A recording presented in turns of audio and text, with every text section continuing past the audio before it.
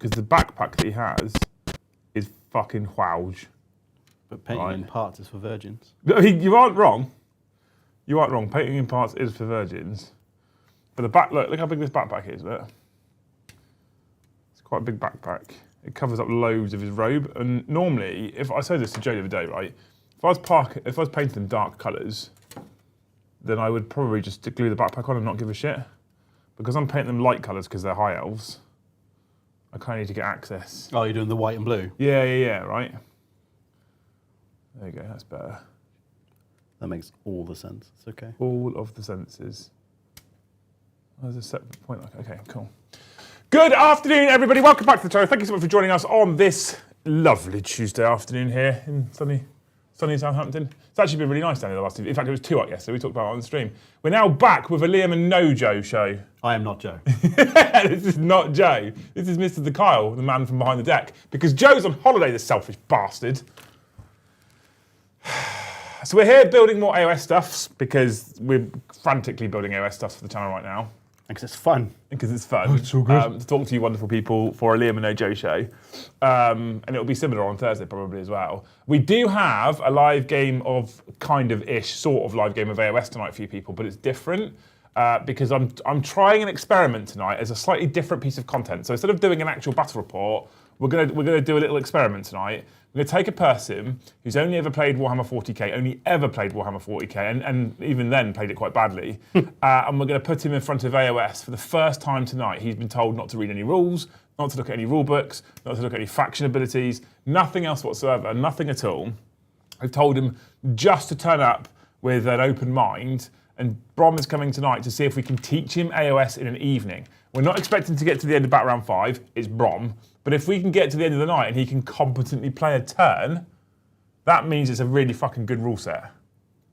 I'll bring a pillow. The thing is, I've played AoS, Joe's played AoS, Mr. the Carl's been playing a Spearhead League, so he's played new AoS, so I needed someone with a completely blank template, and it's Brom, and we had no Joe today because he's away on leave, so I thought this could work as content, it's going to be fun, hopefully. So we're going to do that later. He's going to bring some Sons of Bear, I'm going to bring some big tree monsters. It's not going to be accurate points. We're not going to do lists. We're just going to throw down and enjoy ourselves and see if we can teach Brom the game. And that's what we're doing this evening. So that should be fun and exciting. Anyway, today we're going to talk about AoS. There has been some reveals lately. We're not talking about the Stormcast, Blood Angels, not Stormcast. The Blood Angels. We're not talking about the Blood Angels. Little squatty gold men. We're talking about the Skaven stuff that we'll showcase on Saturday. Yes, the beautiful little red men. Yeah.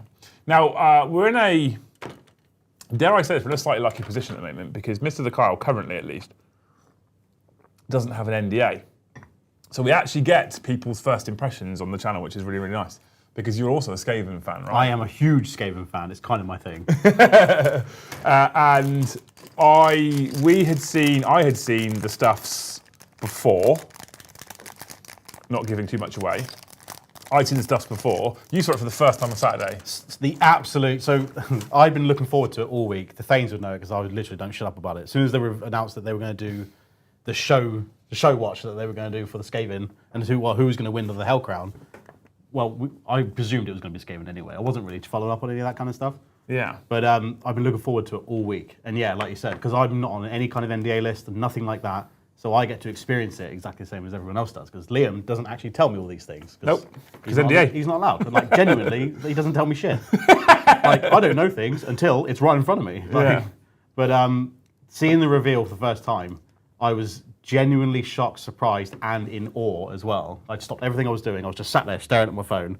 First on Twitch, but the Twitch one is absolute shit. It is, yeah. So I quick switched over to the YouTube version instead. And seeing the Visic first as well, especially, that's the one that I was not expecting. Considering we've got the Vermin Lords and that lot, we already have that kind of avatar of the god kind of thing that you've got with the Great Unclean One and, you know, all that kind of stuff.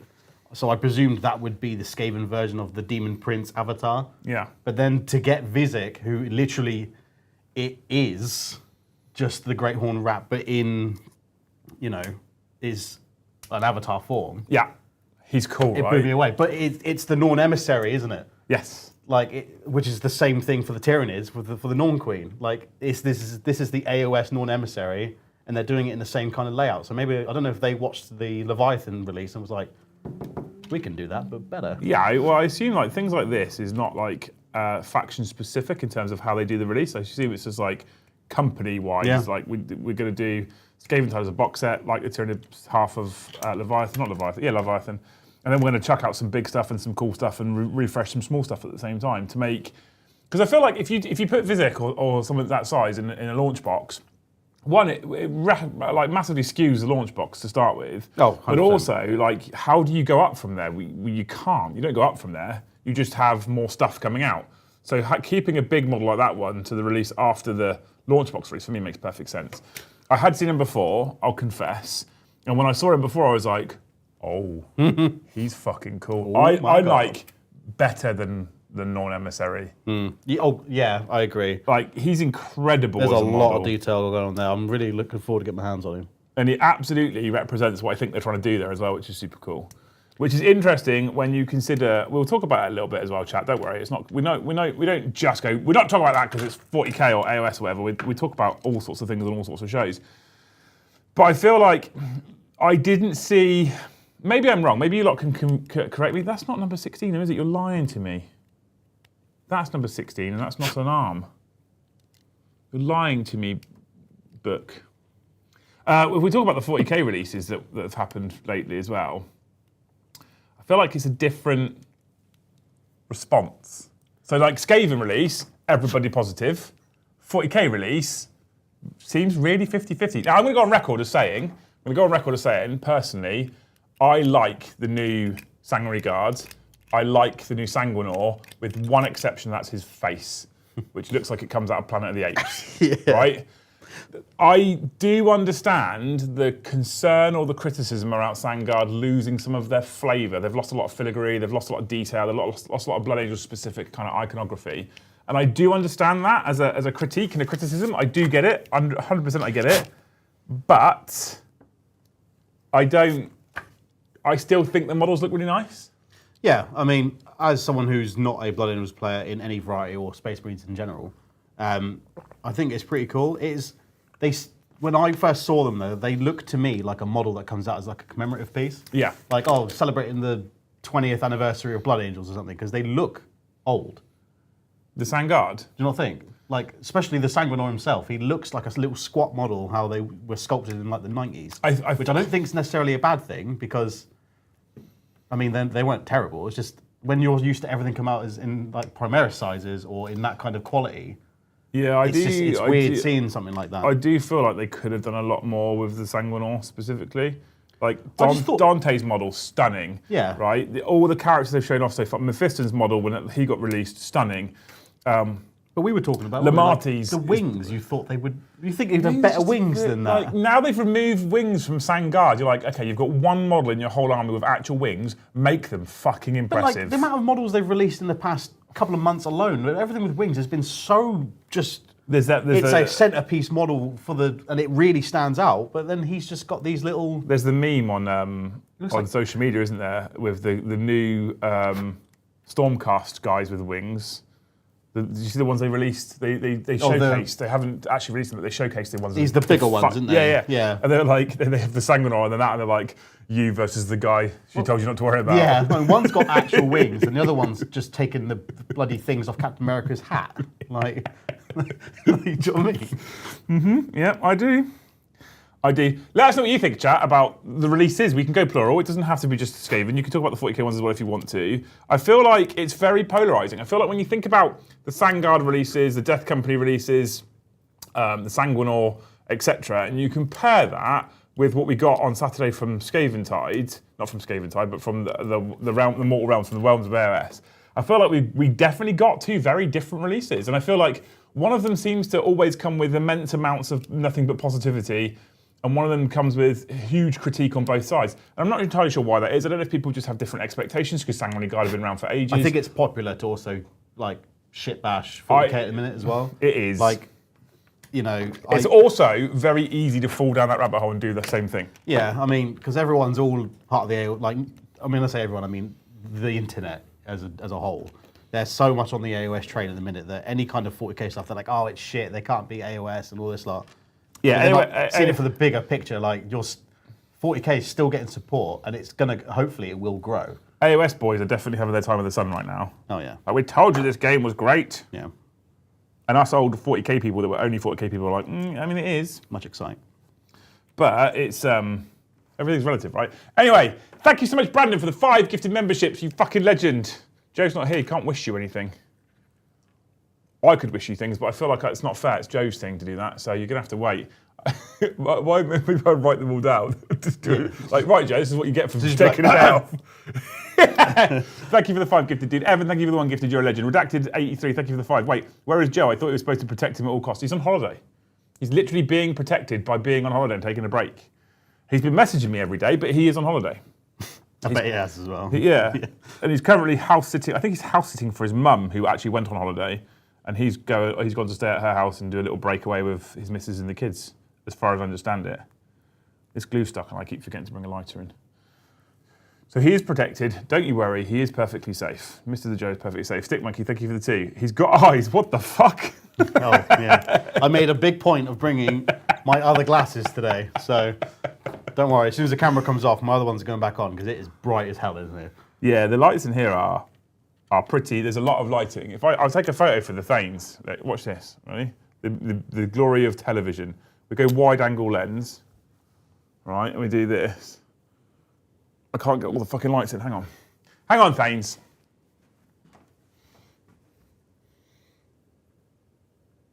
Boop, there we go. Right? We'll put that in Thanes as behind the scenes. We can put it on for her scars actually as well.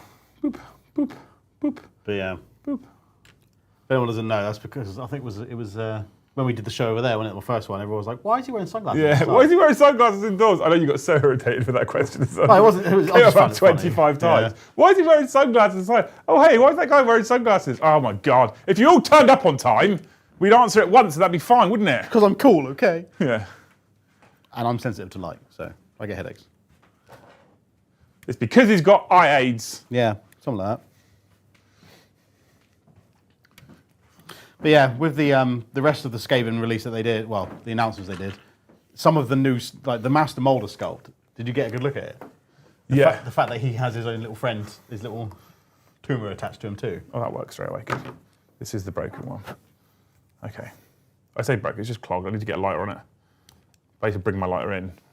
Which is not something that occurs to me because I've never used it for anything other than basically lighting candles and clearing glue sticks. We should just have one here so we can light some Yankee candles and make it smell all nice. We should, yeah. Set the fire alarm off. Trumpets, man, thank you for the 2. Carl is the avatar of the Great Horned Rat. A little bit. Ed's Hobby Cafe, thank you for the 1 gifted. That's us on 7 gifted memberships, team. Nice. Now, it's up to you whether you want to see Carl again on the channel. Just in general. Just saying. In If we end up on like 7 gifted members, like, cool, that experiment failed. Yeah.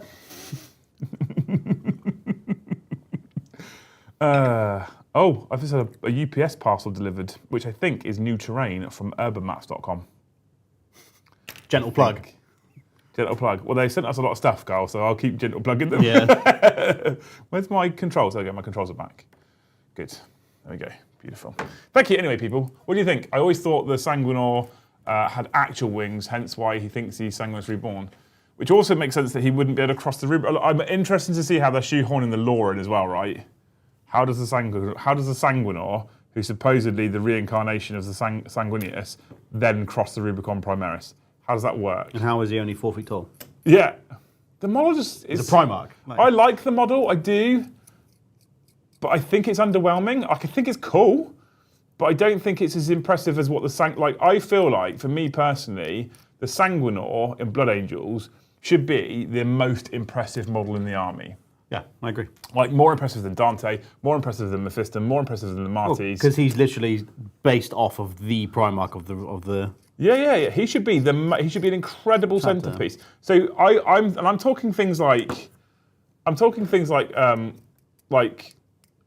Saint Celestine scale. We talked about this briefly last night, right? But Saint Celestine, for the sisters, is the only one who's got actual wings. And when you put her down the table in the middle, right? The Celestine, you can tell. Oh yeah, she's cool. Fucking huge, big wings, really impressive, massive model in the middle of the table. She looks cool as shit. I feel like the Sanguinor should be the same, but he kind of doesn't do that. And it's just a bit like, when a release comes out, which is a bit 50-50 in terms of reaction, and then you compare it with what happened on Saturday with the Skaven stuff. Also, by the way, I will. Did you like the announcement video, the release? Which one? The Skaven one. Oh, in general? In terms of the actual format. I mean, I liked how short and sweet it was. Yeah, okay, good. That's what I was getting at. I personally don't really... Yeah. I'd like to tune into it, and then if in an ideal world, you wouldn't see any people. I don't care about who. I don't know any of these people that were doing it. Oh, I do. Yeah, I know you do. But like the new host, I whatever him. But it's just. I think that they've had criticism in the past for it being a bit drawn out and lots of bullshit talking. But it was shorter than it has been. They have snipped it back. Yeah, and that's what I'm saying. I think they've listened. I think they made a good change. I think it was a good show. It was what, like 12 minutes? The on-demand video is about 15, I think, on YouTube. Yeah, which probably you've got the little fluff at the beginning as well. But for the actual, I mean, they got on with it. I think the stuff that they were talking about when he was asking the questions, like, oh, what do you think about the grinders and stuff like that? And they were just saying really generic buzzwords that you expect to hear. They're prepped questions. Like, I mean, it didn't really sound like you were getting actual opinions. Like, yeah, they were very much like they were reading off a teleprompter. Yes, 100% prepped questions, absolutely, without doubt. So it just felt a bit soulless in that way, but the actual reveal itself, I was super happy about. But if it's going to be soulless, at least it's only 15 minutes of soulless good. But that's my point. Show me the thing, good job done. Do you remember when we were on our way back from the AoS thing, and I was playing on my phone, and there was just waffle. Even though it was mainly Necromunda, like there was so much stuff they were just talking about nothing. Yeah, it's waffle. It was like, oh, just get on with the next bit. It's corporate speak, right? It's filling time with absolute garbage, filling time with nonsense. Buzzwords for the algorithm. Laura walked in and was like, wait, it's over. It was glorious. I absolutely massively impressed with them listening to, I think, what was probably community criticism and going, yeah, maybe we don't need an hour and a half show with loads of distance in between each release, with loads of speed. I also, here's another thing I quite liked. I was such a fan of it being an AoS specific only reveal show. Apart from the end. I'm okay with there being a teaser. The tease is I'm okay fine, with there being a teaser for the next one. Because they didn't then start going on about it. It literally was a For me, there's nothing worse than like fucking LVO massive reveals. I'm like, cool. In the past, it's slightly different now, but in the past, I'm only interested in 40k. I've just watched an hour and a half show for 15 minutes of content that was relevant to me. That always annoyed me. Right. Sam Deacon's just got his dick out, by the way, for you. I'll get on my knee, shall I? Sam, thank you so much for 50 gifted members because it's his birthday.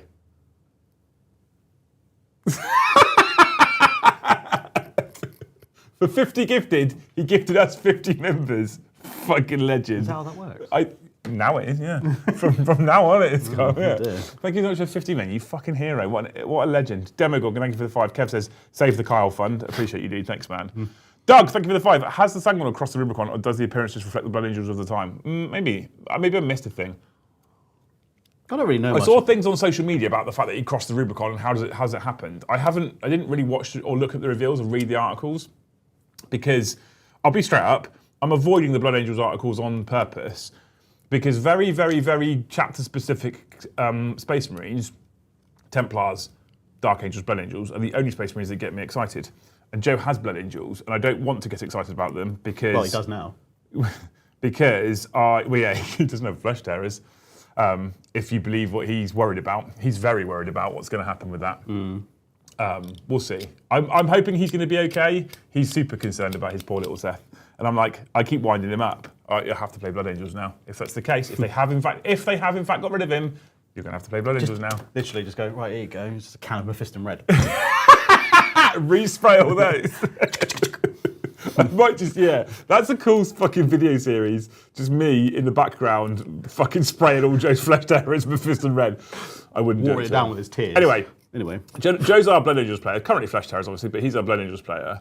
And if I start looking at these articles in depth and getting excited, there's a possibility that I get so excited, I'm like, sorry, Joe, you're not having them anymore. Hyper-focus, go! That'd make him sad. And then what would happen is I'd build them all really quickly, I'd get them all base coated, and they sit on my shelf for 2 years. So I haven't really looked at them. It's possible that he's crossed the Rubicon. It's possible. I don't know. I'm not sure. I've not read the article. But thanks for the donations, you beautiful people. Thanks, Doug, for that. 50 gifted. 50's mad, isn't it? That puts us on 57. Thanks, Sam. 58. Happy birthday, by the way. Yeah, happy birthday, Sam. How old are you? 50. Oh, is that what we're going to do now? A gifted membership for each year of birth? No, 2. 2 gifted for every year of birth? Yeah. Okay. So he's not 50, he's 25 then. Yeah, let's just do that. Yeah, I don't really know much about the Blood Angels like narrative and their lore post Horus Heresy, really. To be honest, I didn't realise until I was talking about it with Joe a couple of months ago, how out of touch 40k lore wise, like for the books, I am. Like Horus Heresy, I'm all caught up because when it comes to 40k, like I spent most of my time collecting armies that don't really have rules, have like a narrative. Like Tyranids were my first ever army in 3rd edition. Which are Evade and Nom. And it's just, they're like, me eat that. Like, there wasn't really much to it. Like, I don't know, I was talking to Luce about this yesterday. So I sat chatting to Luce yesterday, and we were talking about the channel and the future, like what we can do and the content directions we can go in and et cetera, et cetera. Because they've been really like mulling over how we can make improvements and potentially bring new people in, all that kind of stuff. And 36, you little bab. And I said to Lee, so the thing is, we asked for like content ideas. This is not a dig at anyone in particular, by the way, who's watching the chat right now. We asked for content ideas, and absolutely every single person is like narrative content. And I get it, right? Because it comes away from the competitive, it's fun, it's engaging, it's interesting, you can tell a story, you can interlink, people get invested. I 100% get all those things. But I said to Lise, like, this is all shock most of you. I've had this conversation with Joe, so don't worry, he's aware of this. Like, I don't really give a fuck about the narrative. I love the narrative, I do, but I didn't start playing 40k because of the narrative. I discovered the narrative after starting playing 40k, right? So I started playing the game first and then started to learn about the story behind the things that I thought were cool that I saw on the shelves. Yeah. That's how how I came into 40k. So these people out here that can in their minds make up these incredible narrative campaigns and recreate battles on the tabletop and stuff like that. Like, this is where Joe's good. I can't do that shit because I just don't care enough about the narrative, because I'm more engaged with beer and pretzels hammer and garage hammer and just enjoying yourself with mates and throwing dice and taking the piss out of each other. It's literally my kind of Warhammer. It's my kind of 40k, it's my kind of AoS. One of the reasons why I think I've been able to embrace this particular game so much compared to 40k right now is I think it does that better. I think it does the better job of walk up to the table, put models on table, throw dice, enjoy yourself. I mean, one of the good things about like what I look at Age of Sigmar, like I remember that you've always talked about how like fantasy is always kind of your favorite thing anyway. Yeah. Like I'm in a very similar boat. I love sci-fi, huge fan of sci-fi, but fantasy is just, there's something so raw about it that I like. And with Age of Sigmar, I think it's very easy to kind of play with that narrative style, like you say, because it's like, right, okay, look at them, they're ghosts. Clearly they're going to be evil, so that's your narrative side of it. We've got these guys that are basically knights in gold. They're going to be the good guys. Yeah. Go. Like when it comes to 40k, for narrative reasons, it is a little more grey across the board. Like there are no, obviously it's the old meme, isn't it? But there is no, there's no good guy. faction. There's no good guy. I think it's by design. Like there was a person who told me once. I can't remember who it was. There's a person who told me once in 40k, the good guy is the army you're playing. Yeah. Which I kind of love that as an everyone thinks they're in the right. Yeah, I really like that as an analogy. I think it's really cool. I think it's one of its strengths, arguably. Yeah. But I think you're right. Oh my lord, Kyle. Stick Monkey, thank you for 20 gifted memberships. He must be 20 today. Thank you so much, Sean, for 20. That's like lots now in total. Fucking love you, Sean. Yeah, you're a hero. What a fucking legend. Did my gift in the PO box, wanted to check if it survived the trip. Down south. Thanks, Chaotic. If it's the fortress, yes, it's in a box off to my right there. Joe unwrapped it last Thursday with massive amounts of excitement. Yes, we do have it, don't you worry. Luckily, we had a mop. We needed a mop. We did indeed need a mop. He was very excited by that. Thank you so much. I think that's you that sent that anyway. You fucking hero. You're all heroes. You're all amazing people. We love you all very dearly. We can't do it without you. And some of you go above and beyond. dropping crazy amounts of gifted memberships. Thank you so much, Sean, for the 20. Thank you so much, Sam, for the 50. You people are amazing people. Amazing people. We almost hit goal last night as well. On a hobby show where I didn't do any hobby. It was so hot though. It was fucking horrible. You live in an attic. My room, which is where I paint everything, it's a loft. I mean, it's a big loft. Don't get me wrong. I'm not like in a cupboard, but the heat and how close it is, like fans only can do so much. They're doing loads at the moment with all their gifteds. Hey! Fucking you bastard! But no, it was I've got Nighthaunt on my desk ready to airbrush. I've got Skaven that are ready to prime, and I'm just like, nope. I didn't even want to build last night, mate. No. I didn't want to sit over glue fumes in the heat. I wasn't interested. I think the issue with 40k lore is the age of it and the reaction when it gets adjusted. Fantasy has more freedom. I think you're probably right, yeah. I wonder, can I do... Fantasy's just more defined, isn't it? Like, I can get full chat up here, look. Fantasy have been around for such a long time that everyone kind of knows how it works. Fantasy has been around for a long time, yeah. Oh, no. All right, there we go. I need to lean it like that, that's what I need. I need that fancy stand that John had the other night. Huh? I'll figure something out. Keep talking, chat. I'm trying to get more of chat on in front of me so that we don't just ignore them because they're over on the big screen. Oh, for the general chat, you mean? Because Joe only cares about them if they're spending money. Well, you've got the Skaven type box over there. That's big and heavy enough to stand it up. You're a Skaven type box. And big and heavy enough.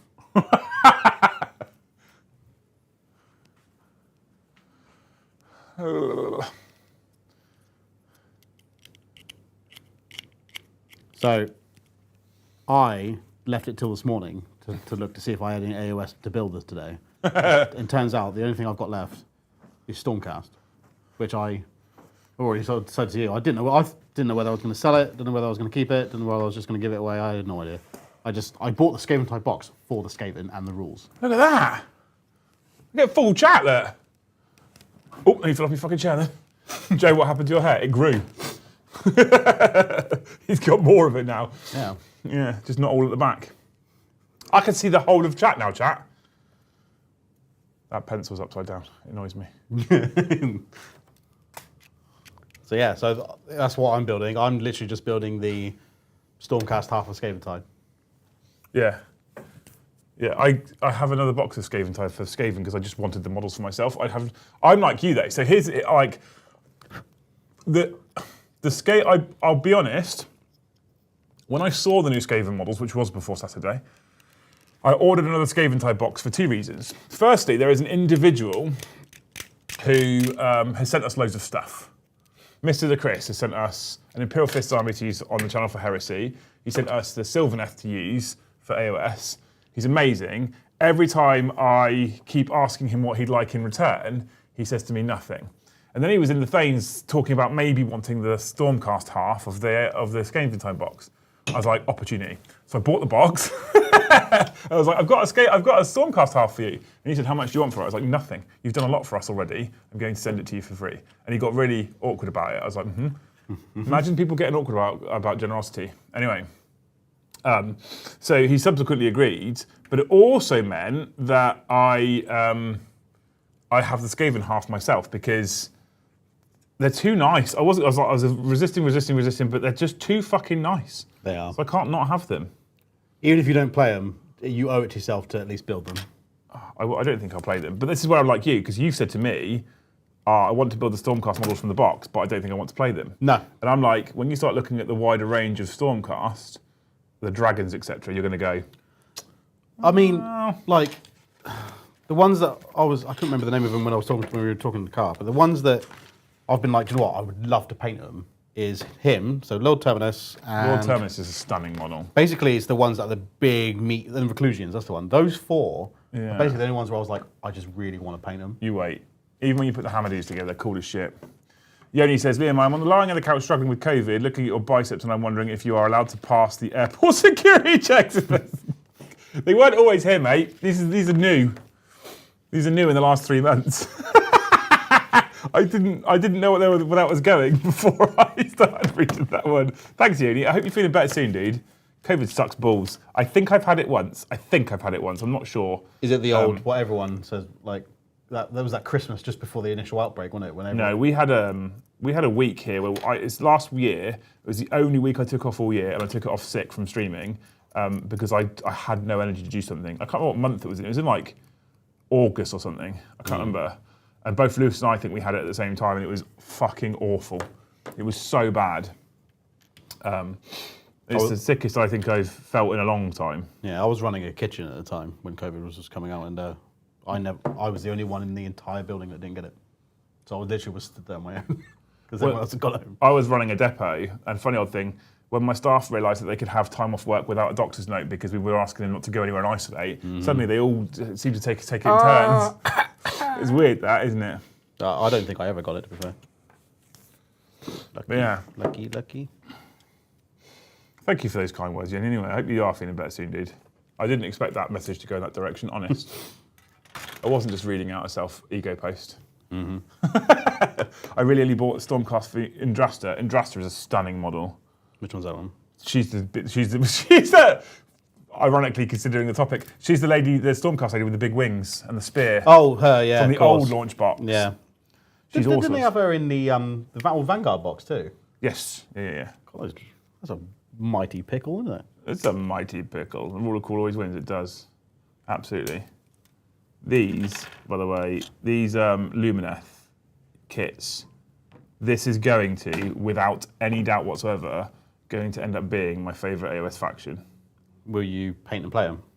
I intend to. Do you have a Lumineth army? Nope. So you've got incentive to paint and play one then? Yeah.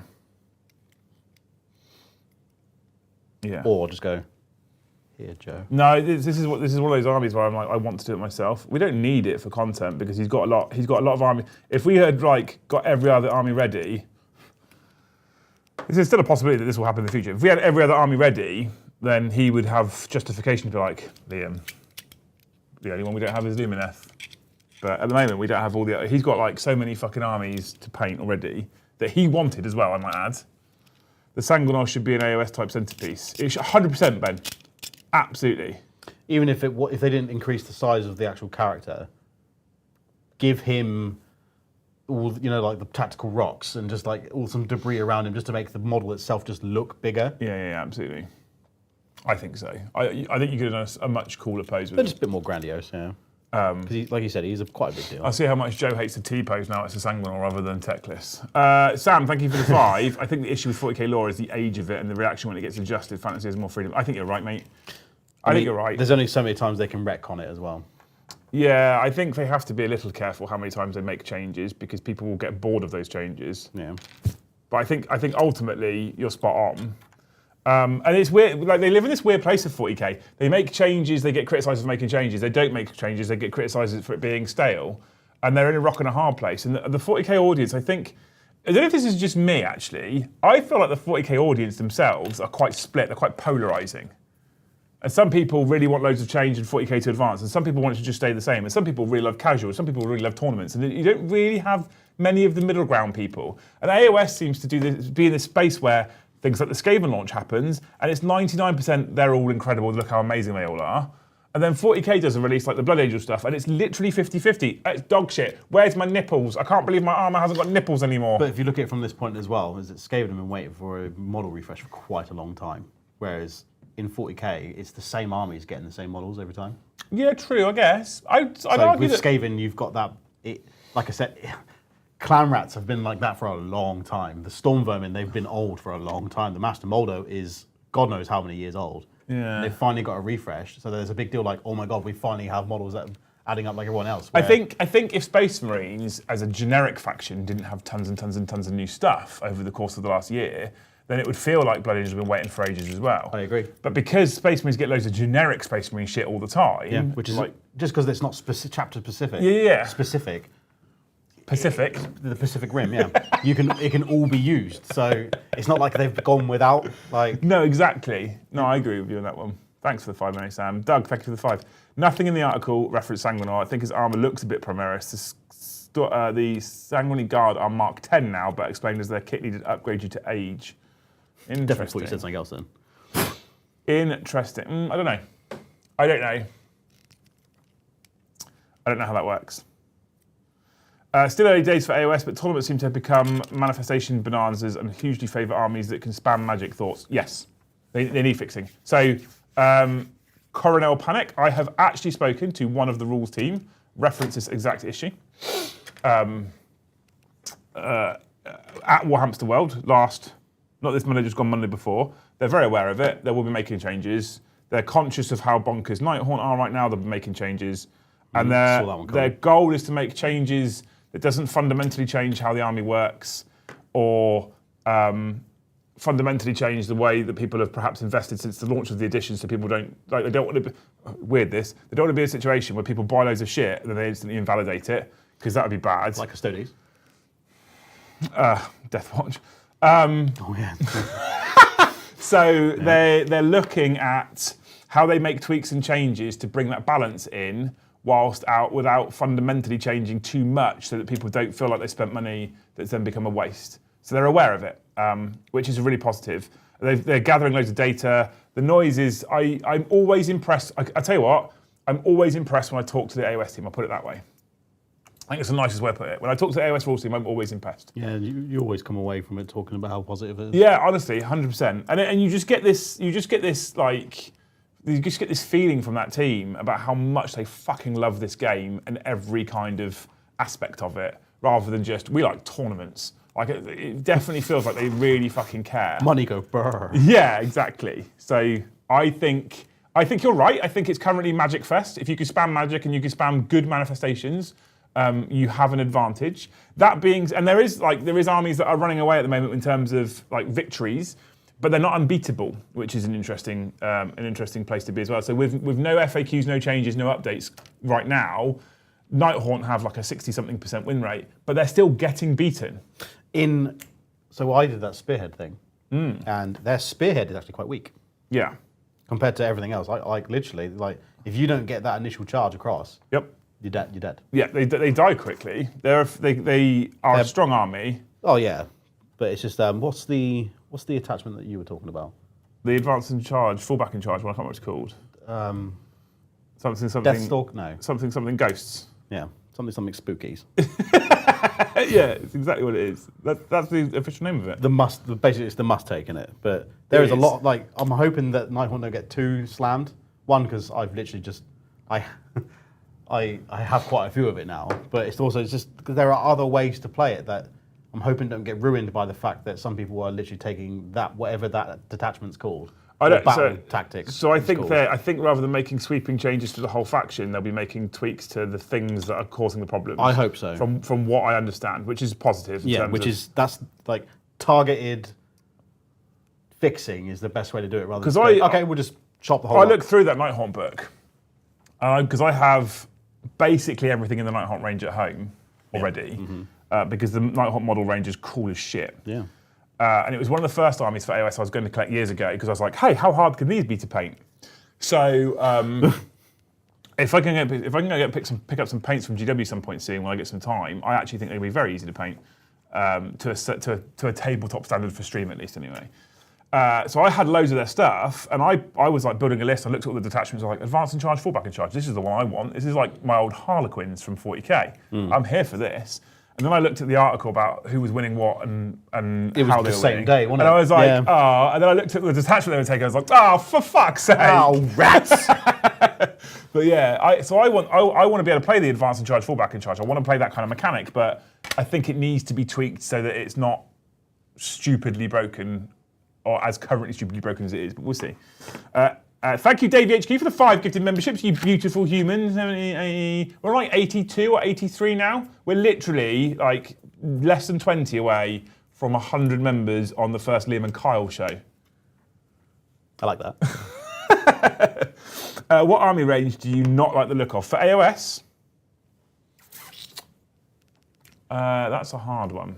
What's the question? What army range do you not like the look of? I don't like the majority of the god-specific chaos stuff.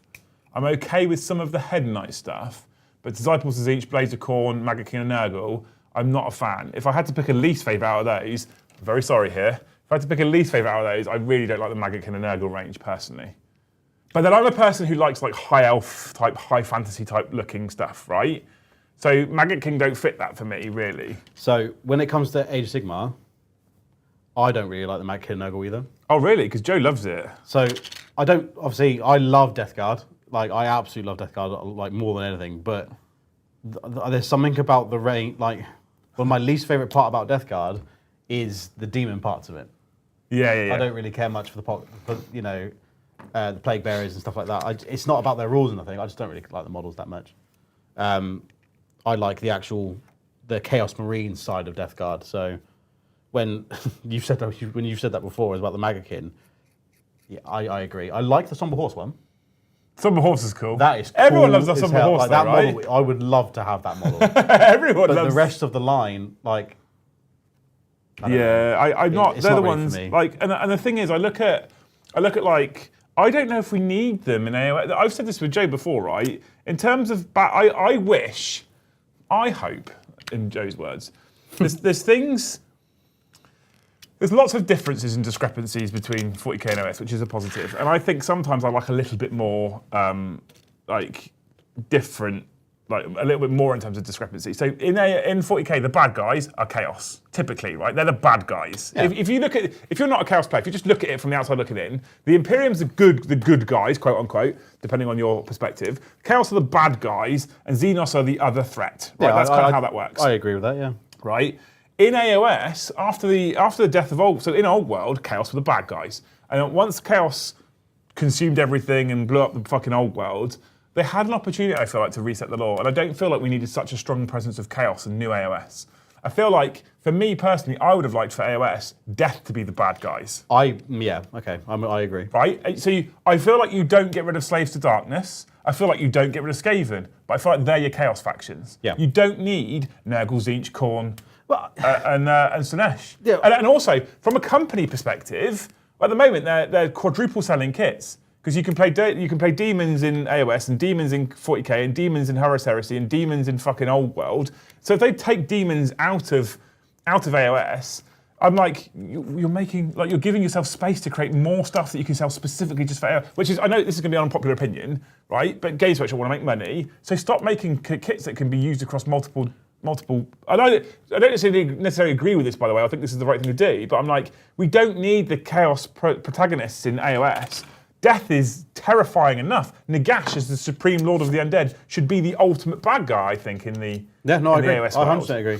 Like, especially when it comes to, like you say, like the only two factions you should have are the Slaves of Darkness and the Skaven, the Chaos. I 100% agree. Like, even if they just use the Slaves of Darkness, by the way, especially with the new Darko stuff, stunning range. Oh yeah, you're really into them at the minute. Yeah. Stunning fucking range, amazing. I built a bunch of them at home. I've subsequently put them in a drawer because they're not an army to paint for now. Because Joe's got slaves, so I was like, I need to not hyper focus on these for now. So I put them away out of my eyesight. I built like 10 Vikings, and they are absolutely fucking gorgeous.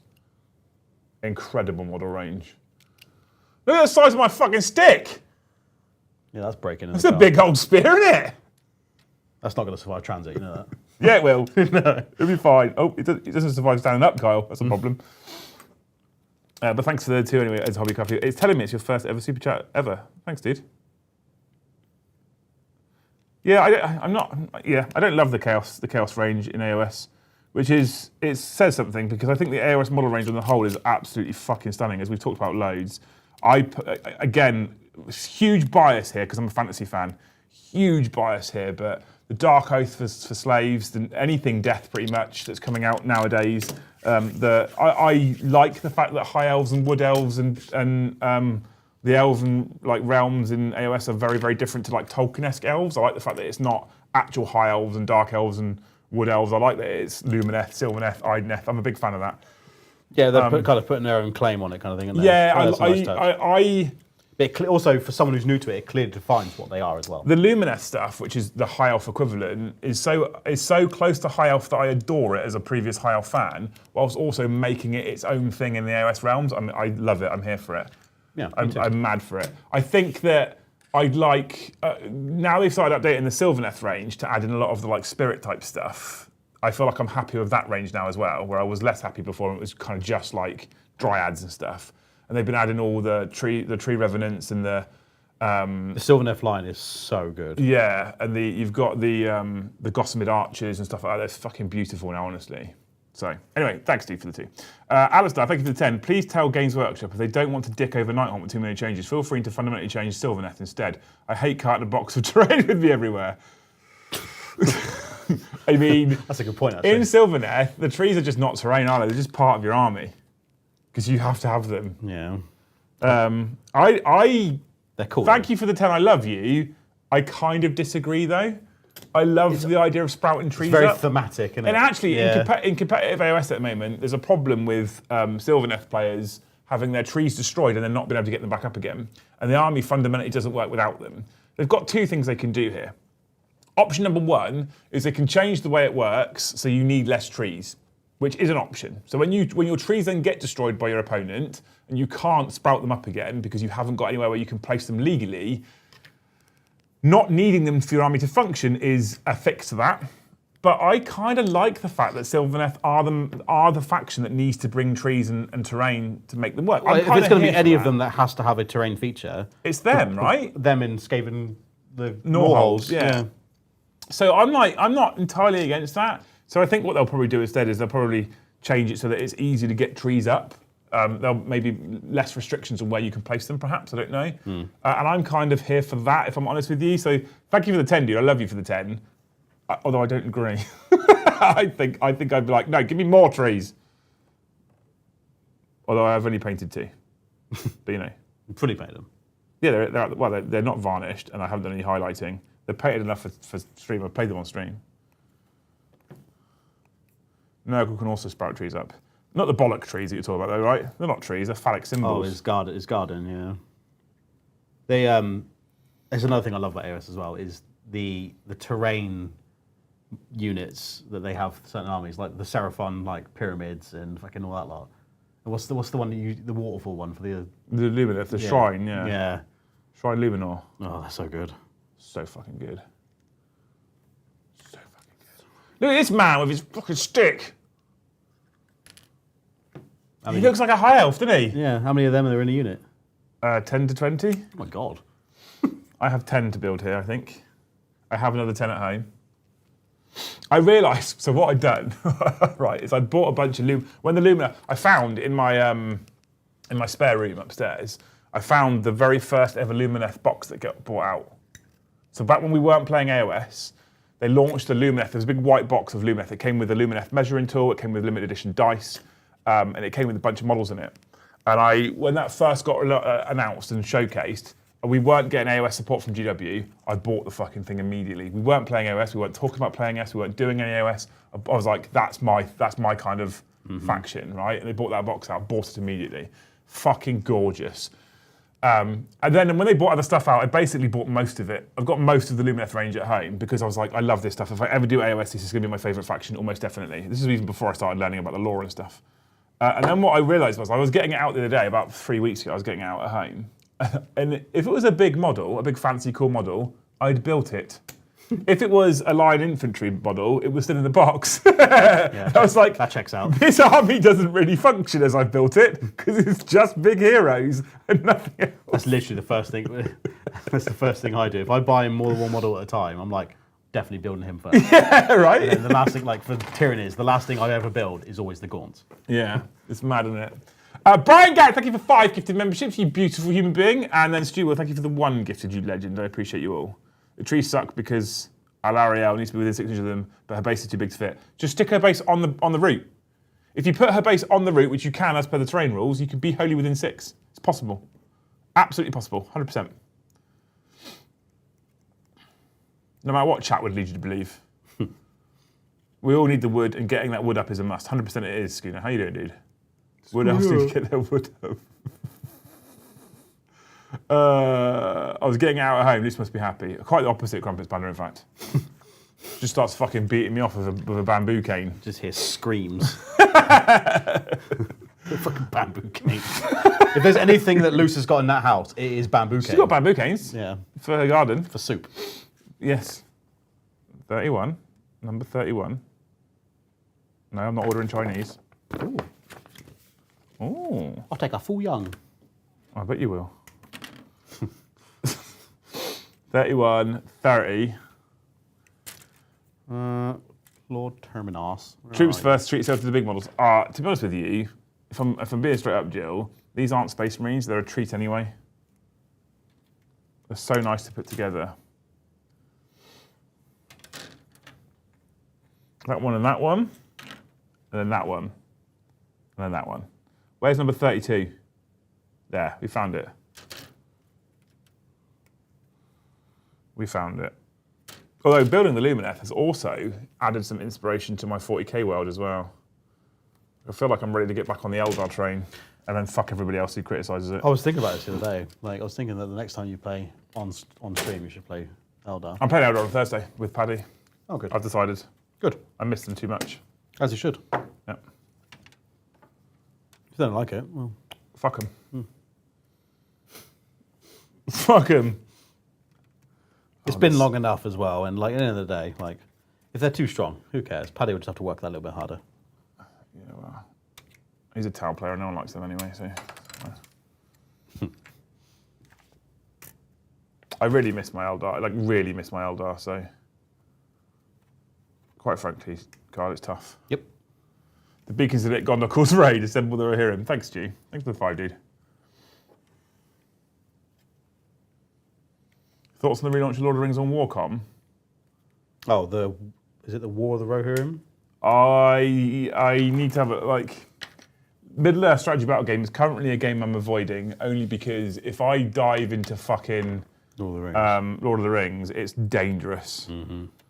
I'm such a Lord of the Rings nerd. If I end up diving into Lord of the Rings, it's a dangerous place to be. Now, thankfully, the majority of the model range is still pretty shit and old. Yeah, like the scaling of them is... weird. Odd, yeah. If they end up re-releasing the majority of the model range and updating it all, because they've still got the... I was under the impression that their legal rights were coming to an end, and they would have to renew and decide whether that was financially worth it or not. I might be wrong. I'm sure I read that somewhere. Because if they did that, that means they wouldn't actually even be able to... The models that they already have, they'd have to just stop selling, wouldn't they? I don't know. Well, if they don't renew... They don't have the rights anymore. I don't know what their license was. I'd imagine their license will say that anything that they've made under license they can continue to sell. I mean, you'd hope so, otherwise that'd be really messy. Yeah. But if they end up redoing lots of model ranges up to their new modelling standards, it's a dangerous place for Liam, that. If I'm honest with you. I've avoided it so far. Yeah. I've got Lord of the Rings models here in the studio, because I bought them in the past, because I get very excited about Lord of the Rings and fantasy, as you well know, chat. I don't know.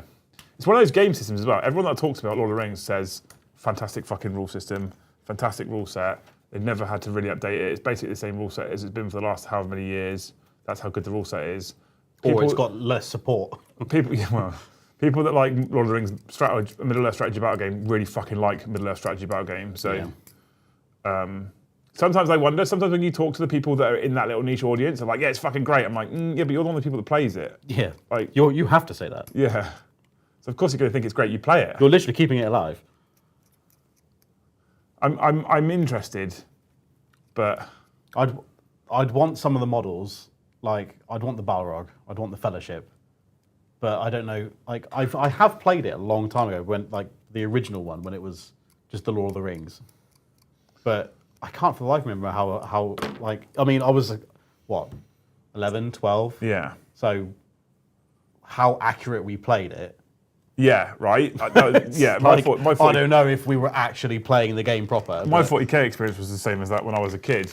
I fucking love 40k. We were not playing the rules. We were playing my mate's version of the rules where he won a lot.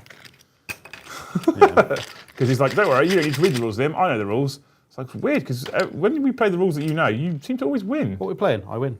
Yeah. Roll the dice. I've rolled the dice. Oh, that means I won. Oh, okay. Damn it, I'm really bad at this. We're on 40. You're how old? I'm not 40. This particular spear, when I first opened the box, whenever this came out years ago, this was the only spear in all of the boxes that was already snapped on the sprue here. And I glued it all that time ago. And it's still held. holding.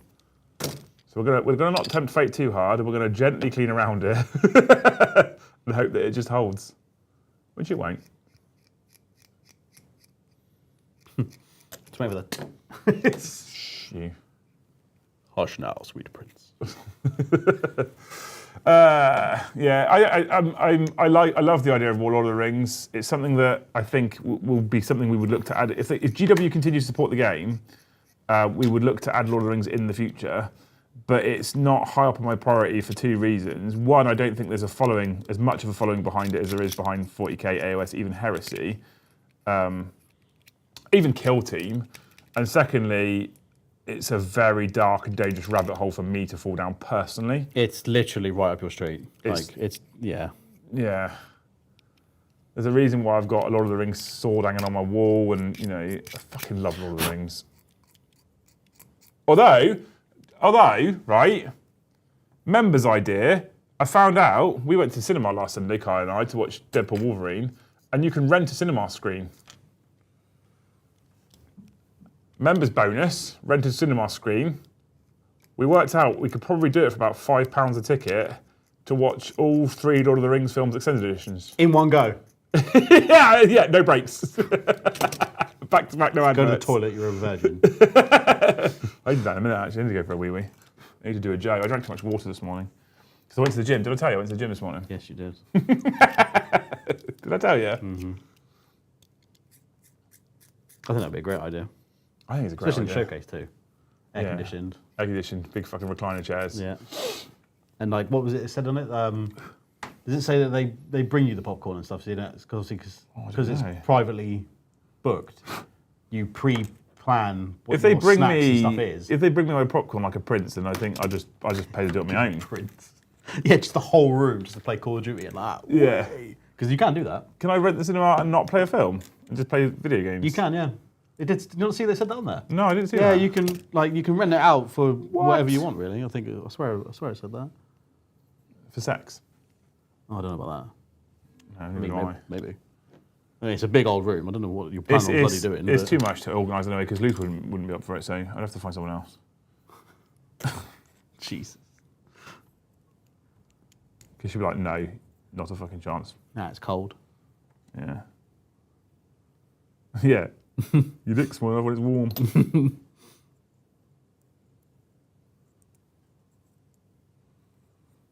Oh my God, these models. They're so pretty. So pretty. Local cinema did a Lord of the Rings all-nighter a few months back. That's fucking cool as shit.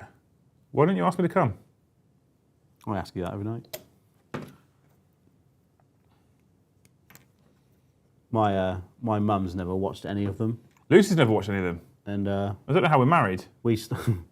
we started watching. I went round there and we started watching The Hobbit, the first one, which ideally I would have wanted to start with Fellowship of the Ring, but she doesn't have a DVD or a Blu-ray player, so it's got to be on whatever streaming.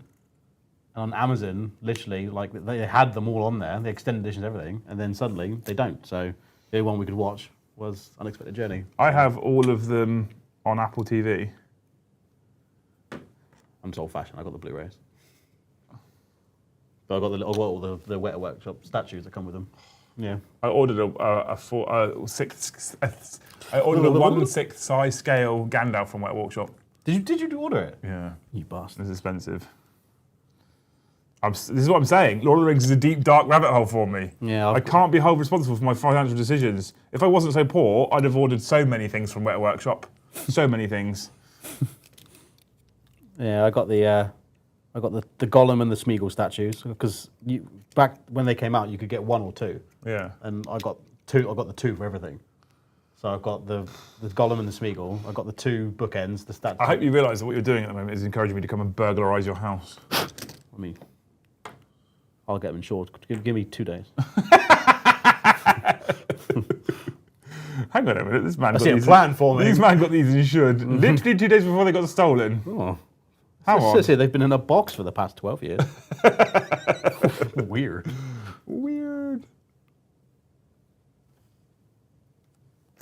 Clip. The best ones. I've got it's a statue. It's a statue of Minas Tirith. Yeah. It's about that big. Full detailed. Came with Minas Morgul as well, but I don't know where that is.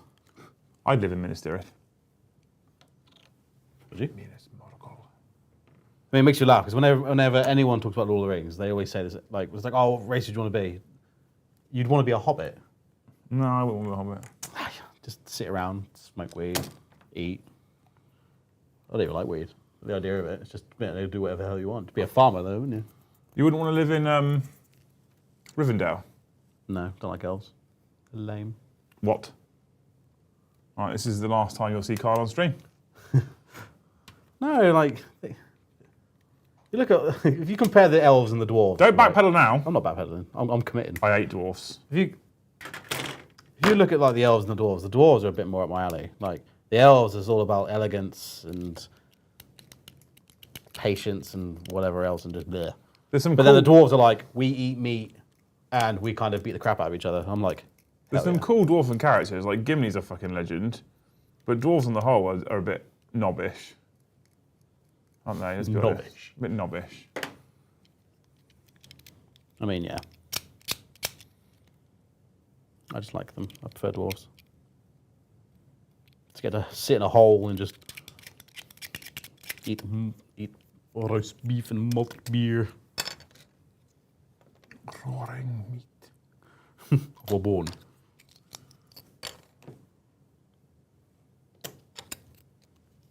Have you read the books? Yes. I'm about 3/4 of the way through the second one on Audible. Andy Serkis one. Andy Serkis, 100%.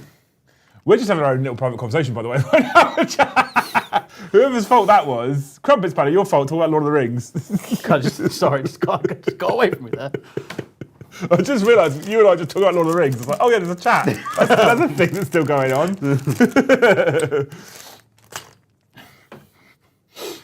But if you haven't listened to them, the audiobooks, the Andy Serkis audiobooks for all the Lord of the Rings, he did the Silmarillion, the Hobbit, all the Lord of the Rings books. He did all. I don't know if he did Unfinished Tales or not. But his audio reading of Lord of the Rings is fucking So second to good. none. It's so good. even beyond the fact that obviously he's got the perfect voice for for Gollum and stuff like that. All the voices he does, and it's just so good, isn't it? Yeah. It's so well narrated. Fucking legend, Andy Serkis. And like, if you haven't read The Lord of the Rings, they are a heavy book. Like the way it's written is a much easier way to digest by listening to it. Because sometimes even when, like, I've read it quite a few times now. Even now, I'll get to a bit where I'm like, It's heavy, isn't it? I often think The Hobbit's heavier though. no, I have to disagree there. Like, I could reread The Hobbit quite a few times. It's a kid's book. It's a children's story, isn't it? At the end of the day, I felt like The Hobbit was heavier than Lord of the Rings. It was harder to read to. I love The Hobbit. Serkis is Such a good legend. book. Yes, he is, yeah. Literally watching you have a chat, you are. Absolutely, yeah. Sorry, chat. It should be more about you. We're close, by the way. We're like 10 off membership target, or? No? 15, 12? 20. I don't know. By the way? I'm just pretending to count. I don't even know. Brian, thank you for the 5. Look, it's Gimli and Legolas on stream today. Next, they'll be keeping kill counts. Still only counts as one. I don't think I'd ever get away with passing myself off as an elf, I'm afraid, Brian. I don't think I ever will. Too hairy. Yeah. I'm not slim and slender enough to be an elf either.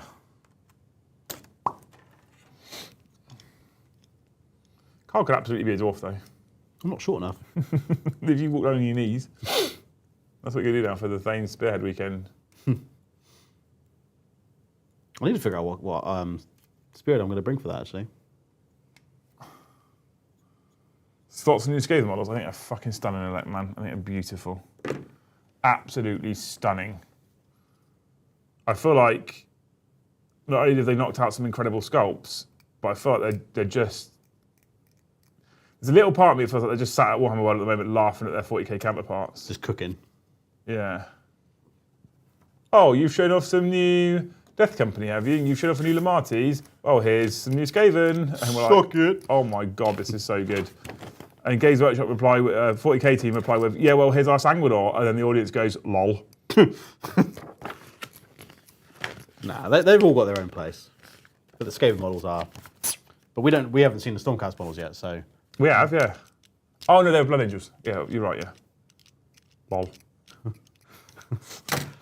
So obviously, at the minute, it's all very much, oh yeah, like the Skaven models are just like, oh, it's amazing. But when we get the Stormcast ones revealed, Like, I think it's going to be the same there too. And bear in mind, I don't get to see any of this, so I don't know.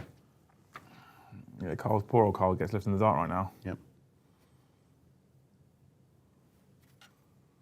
He gets left in the dark. He's not NDA'd yet. The Hobbit is my absolute comfort read, absolute joy from the opening line. Good book. So I controversially like the Hobbit films, but there is a but. I don't think they were anywhere near as good as the main Lord of the Rings films, and I think that there was a lot of gumph added in there that we just didn't need. Did you ever watch the making of and see all the Yeah, I've seen all of that stuff. all the shit that happened behind the scenes because of it? The fact that they obviously it's all dumped on Peter Jackson last minute, and they wouldn't let him have any of the. Oh, for the Hobbit? Yeah. Oh no. So I've seen the making of for the Lord of the Rings. Yeah. I've watched all the extended stuff for that. For the Hobbit, they literally because it's supposed to be Guillermo del Toro was supposed to run it, but then he pulled out, so they gave it to Peter Jackson. They were like, "Oh, you made the other ones, let's do that again." But he didn't have access to any of the props or locations or anything from Lord of the Rings, so that's why most of it's CGI. Oh really? Yeah. But I didn't know that. that's always the biggest thing to blame in it is studio interference and stuff like that for the movies. Originally, their original plan was for it to be 2 films. 2 films would have been maybe better. I mean, yeah. I think that you could have probably got away with it in 1. Yeah, like if you're doing a 3.5 hour feature-length film, you could probably get away with 1 film. I remember back at when they were talking about it, I presumed they were going to do 2 films, An Unexpected Journey and There and Back Again, because that's Bilbo's 2 books. Yeah. Right. Like I presumed that was how it was going to be. It was going to split just after or just before the Smaug part, so that you've got the story for the second part. Because obviously, in the book, Bilbo's got nothing to do with the final battle. He's asleep for all of it. He literally sleeps through it. And, I don't know. But then the whole idea of that part of the book was Tolkien being like, look, war's stupid. Like, let's just show you how stupid it really is. It's pointless. To then let's make a real big action bit in the movie. Like, it's weird. Yeah. Yeah, I've got opinions. I like the films because they're Lord of the Rings, but I watched the other week. I sat there one day. I sat over a weekend working, and I put the 3 Lord of the Rings films on from Fellowship all the way through, and I binged them all 3. And I do that very often. Mm-hmm. Very often do I binge all 3 films in a row. And it was great. And then the next weekend, I was like, I really enjoyed that. I'm going to do the same again, but I don't want to watch the same films again. So I put the Hobbits on, and I was like, they just don't hit as hard. Just not as good. They're not bad. Just not as good. No. I think they're just different. Elec Man, thank you so much. We've done it. I think we've hit the target. We might be 2 off. Thank you for 10. I need to go have a look. Thank you for 10 gifted memberships, you fucking hero. Oh. You have saved me, chat. Not yet. 2 off. I'm also going to mute myself because I need to go to the toilet. Okay. So you go to solo it, Kyle. That's fine. Oh my. You get to solo. I go solo every night. Wait. So, out of the announcements that have been revealed for the Age of Sigmar, what is your favourite part that came out of the Skaven part? Because I've got a lot of people that I know that are into Age of Sigmar that really liked the Arsenal batteries and stuff, but I'd like to know what all your favourite is. That'd be interesting. Me personally, I really like the Storm Vermin. Adding Thanquol to it was a bit of a weird choice. I don't know why they did that. Considering unless he's getting a new, that's the actual model. Because then I know that the model's exactly the same, but the sculpt might be different, might have been improved. I don't know. We'll see. It'll get a new box. I know that. 2 films would have been Sweet Sort of the Hobbit, too much filler, but they were still fun. Yeah, I mean, I'm not even the biggest fan of the Hobbit films, but I still like them. Like being the worst movies in the Lord of the Rings. I mean, they're still really good films. It's just, whatever. It's better than Rings of Power, anyway. The little rats on the shoulder of the rat Jesus. Have you seen, the ones that are interwoven between his horns, I love them so much. They are so good. The new Storm Vermin are really good. I like the fact that they didn't go too over the top with them, because at the end of the day, they're clan rats with more armor, aren't they, and spears. And I like the fact that they've kind of kept within that without going too much. I'm back. I feel relieved. Good. We were 2 away, and then Sir Galahad Greyhound just gifted 5 members. That was a solid slap there. Thank you so much, Sir Galahad, for the 5. Electman, thank you so much for the 10. You people are incredible. Look at that. We did it, chat. Did it? We can go home now. We did it. Well, pressure's off Brom tonight. How much have you got to do before you have a playable army in AoS? Either Nighthaunt or Nighthaunt, I just need... Seraphon or... Nighthaunt, I need 2 black coaches. Seraphon, I need about 800 points worth of models. Okay. Which won't be long. Need to get you order some bits for you, don't we? Skaven, well, as soon as these new models come out, I'll have more than 2,000 points. These things are fucking beautiful. Look at them for They're line really, infantry. yeah, they're really cool. They're so nice for line infantry. Go on, the Lumineth! Have they got the +1 to any charge? Yeah. I'm just building shit that's cool. Don't care. Just presuming, because obviously the Storm Vermin have got it, so... I build a number of things. I then start to build a list to see if I can shoehorn shit into that list. Yeah, and if I can shoehorn it in, good. There we go. Good. Only beef with Hobbit. So thank you, Kaz, for the 5. Only beef with Hobbit is Legolas running up the falling bricks. Maybe Controvia. I like Rings of Power. Also, Kyle, don't done out with those Death Guard heroes yet. Oh, he sent you Death Guard heroes, didn't he? Yeah, Nick did, yeah. Yeah, he binned them, yeah. He opened the box. He's like, oh, it smells like the North. And binned it. No, I didn't do that. Don't be rude. I haven't done anything with them yet. They're still safe and sound. I took them out of the bag and put them in their boxes, just so that I know I didn't lose them. I've just been too busy with Age of Sigmar at the minute. We've all hard pivoted into AoS. I literally have a primed Mortarian that I got for my birthday from you guys. You guys, yeah. It was them. It wasn't me. And I haven't touched him. He's the last bit, that and those heroes, the last Death Guard models I have to paint. I've got way over 2k with it.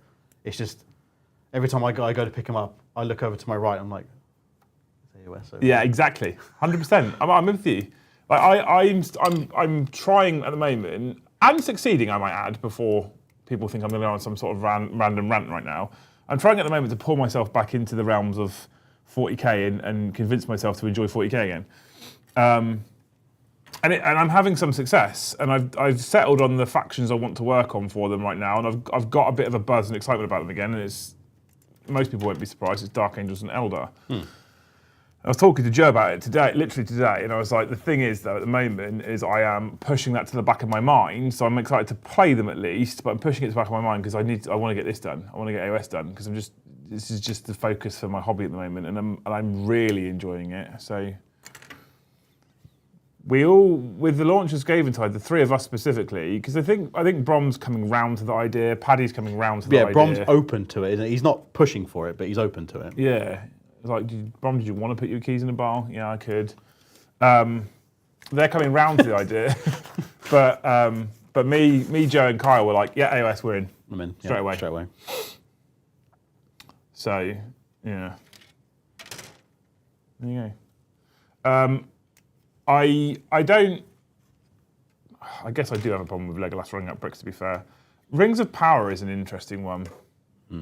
I started watching it again recently because I can't decide whether I like it or not.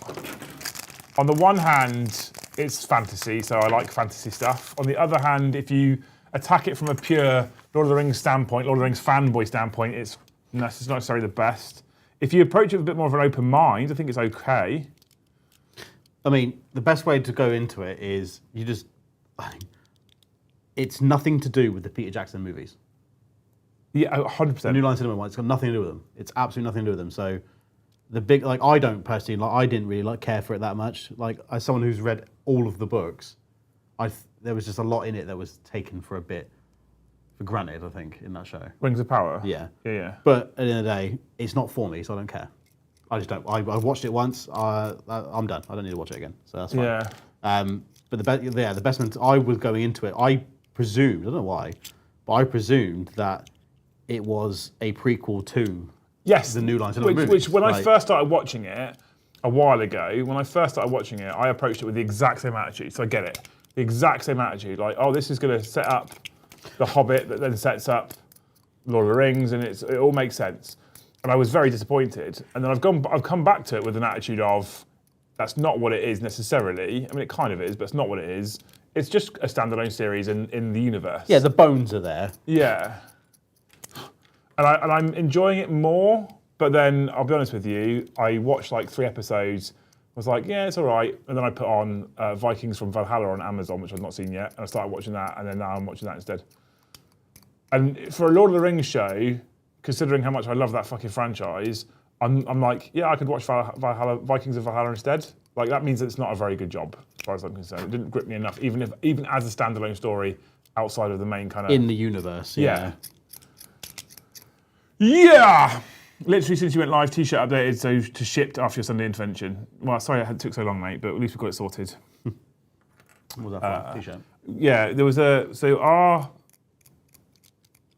our merchandise setup that we have is all built by me. Exclamation mark. Exclamation point March, yeah. It's all built by me, right? So I have 2 systems that kind of run concurrently. One of those systems is for items that we fulfill from my house, essentially, like dice.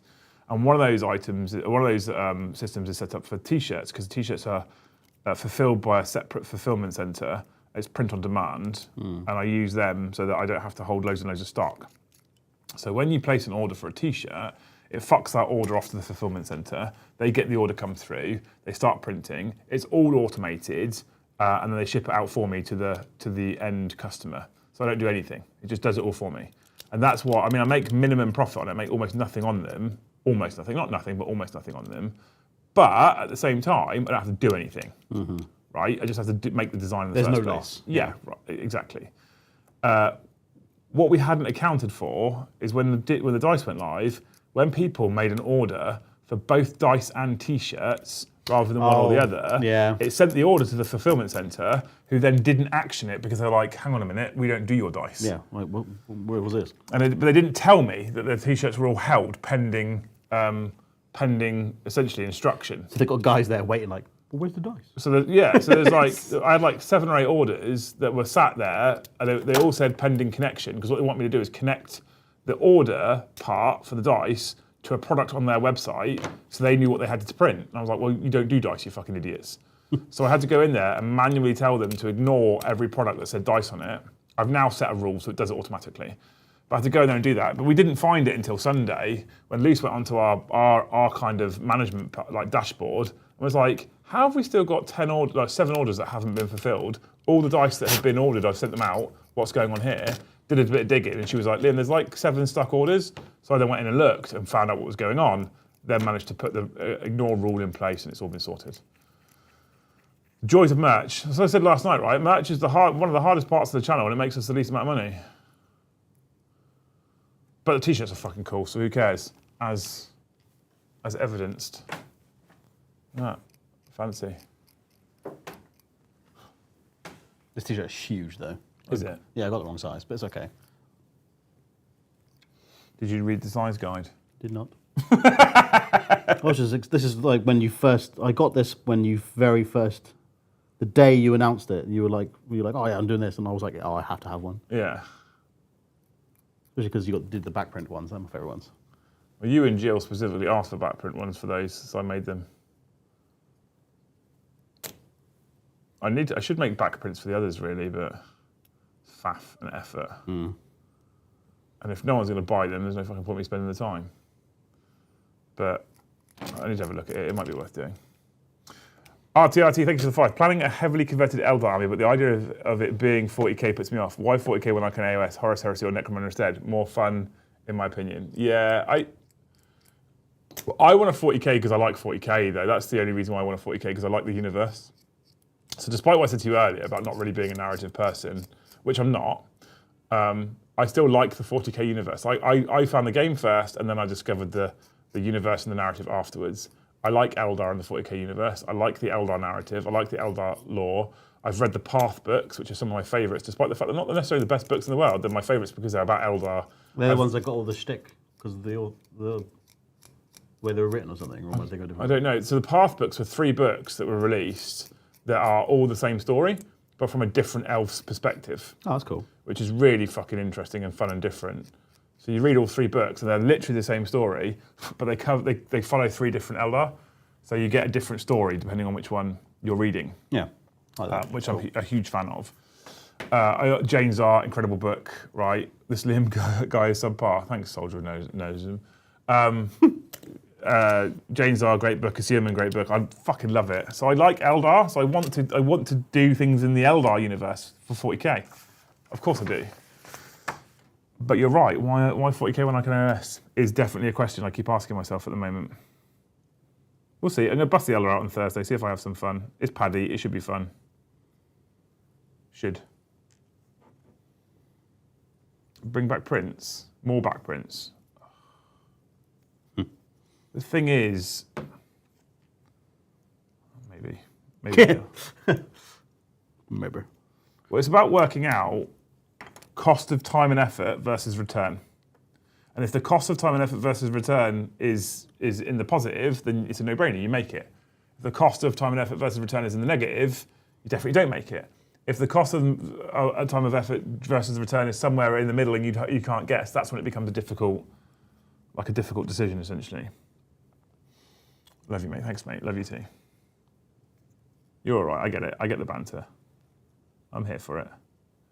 I absolutely cannot take the piss out of everybody else all the time and then not take it myself.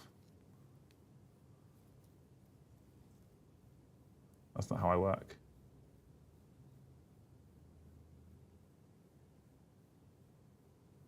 What the fuck? Oh, I found it. Did I find it?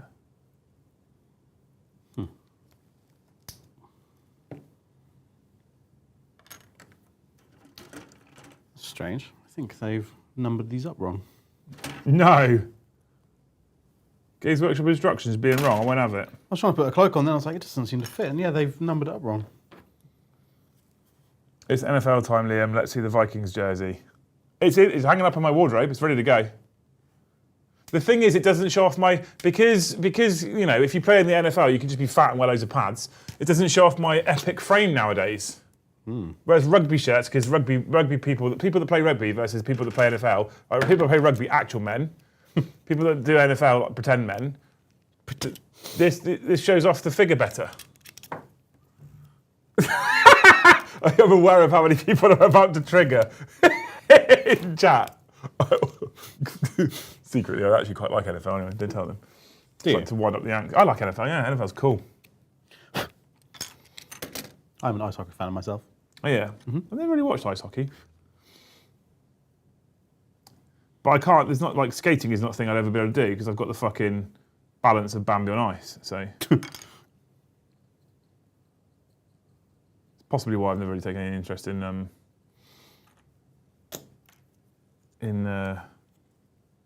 ice hockey. Yeah, seeing it live is something else. Yeah. Abroad or? Yeah, I live in Canada. Oh, okay. And we'd go down to Calgary all the time. We went down to Anaheim to go watch the Ducks play in California. That's Wow. Yeah, I've never really been bothered by ice hockey. I don't think I'd not enjoy it, but what the hell's a librarian for? Books.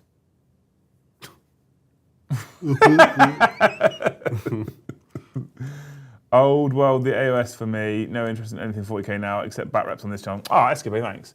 We're still I think we're still going to really enjoy 40k. I just need to try and tone the people down a little bit. Kyle sees in the group chat, some of them are really bad for just escalating their lists and escalating the list. I'm like, lads, wind it back. We're trying to show people that this is still fun. Pack is back and rugby league started, cousin. Nipple shirt, team of the week.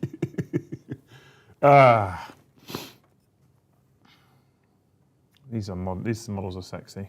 I still really like 40k. I just AoS at the minute. It's just talking to me. Yeah. I fucking think 40k shit. But I won't stop playing it because I like the universe, I like the game, I like the factions.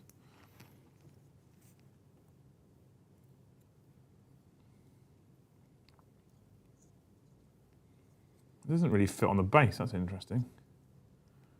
Size that fucking spear. It's ridiculous.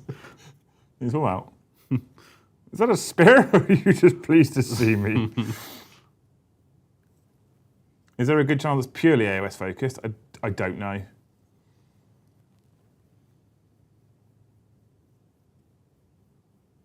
Only us. Only watch us, Mr. Phoenix, that's it. What was that, sorry? Is there a good channel that's purely AoS focused? Just I don't watch think us. there is a pure one. I mean, since AoS 4 came out, they have started coming out the woodwork a little bit. But then I don't know whether that's just for views, but I don't think there is any like specific that's just for AoS. Just us. Just watch us. Yeah. Fix it for you. Yeah, done, Finn. Done. Finn. Sorted. Brian, thank you for the 5. 40k back rep idea. 2 armies that are 80% battle line with unnamed characters and/or a fire support unit. I've been thinking about bringing in like little cheeky rules for games just to make them fun. Like this game, we're going to use a force organisation chart. This game, we're going to do this. This game, we're going to do something else. I don't know exactly how yet, but that's an idea at least. Boarding actions is back, babe. I know it didn't go anywhere, but game on. Is it though? Is it?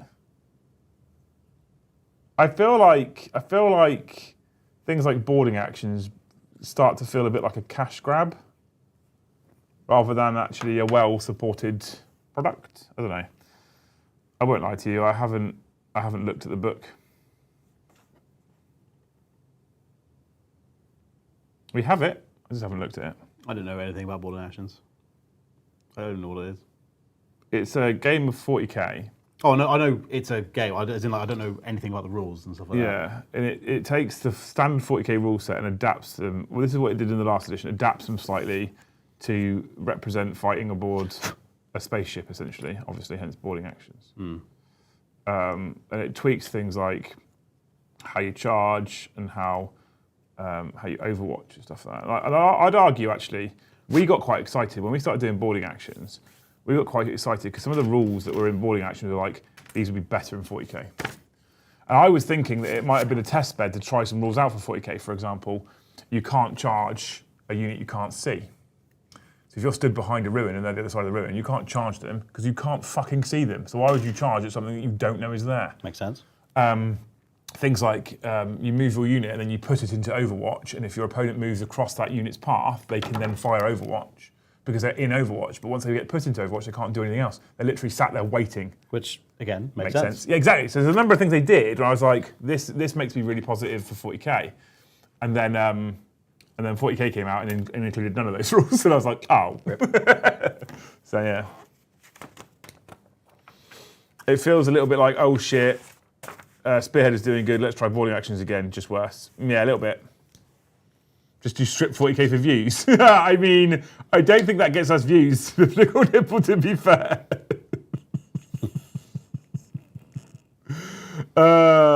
Would you ever bother with Crusade to try and inject a spark into 40k? No. I don't want to do a 14-hour admin stream to cover all the rules for the Crusade army to then do a game stream. It's not interesting. If you need a 25-page booklet just to keep track of what your army does for fucking Crusade, imagine trying to keep track of that on a stream whilst making sure the audience can also keep track of that. And then every audience member's got to keep up with every show, Yeah, otherwise Crusade they're is just going to not know what's going on. Fucking awful, and I won't be told otherwise.